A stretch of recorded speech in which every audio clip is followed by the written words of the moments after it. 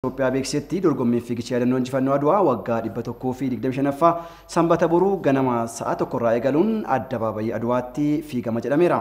Dorgommicha irratti kilaboota bulchiinsa magaalaa Finfinnee keessatti argaman dabalatee atileetonni buleeyyiin, hojjettoonni Komishinii Ispoortii Federaalaa fi hojjettoonni Federeeshinii Atileetiksii Itoophiyaa akka hirmaatan himameera. Jiraattonni magaalaa Finfinnees kanneen fiigicha irratti hirmaatan akka jajjabeessaniif waamichi dhiyaateera.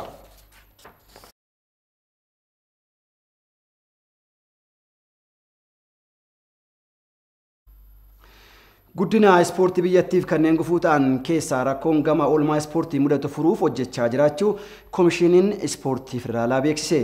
Komishinichi gama karooraa fi raawwii hojii ji'a 6 magaalaa Adaamaatti gaggeesseera. Saganticha irratti gaggeessitoonni ispoortii naannoo fi federaalaa kan argaman yoo ta'u, raawwiin hojii ji'a 6 dhiyaachuun irratti mari'atameera.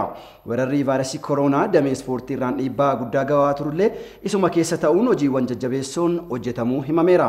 Keessattuu hawaasni bakkuma jirutti sochii qaamaa akka taasisuuf hojiin hojjetamaa ture bu'aa kan buusee ta'uu himameera.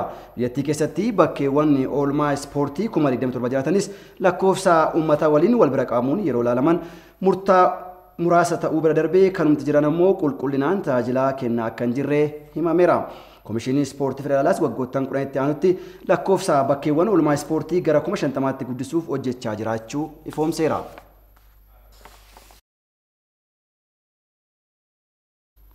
Taphoota deebii mo'atanii darbuu waancaa liigii Awurooppaan kaleessa gaggeeffamaniin Leicester Cityn dirree isaa irratti yoo injifatamu Arsenal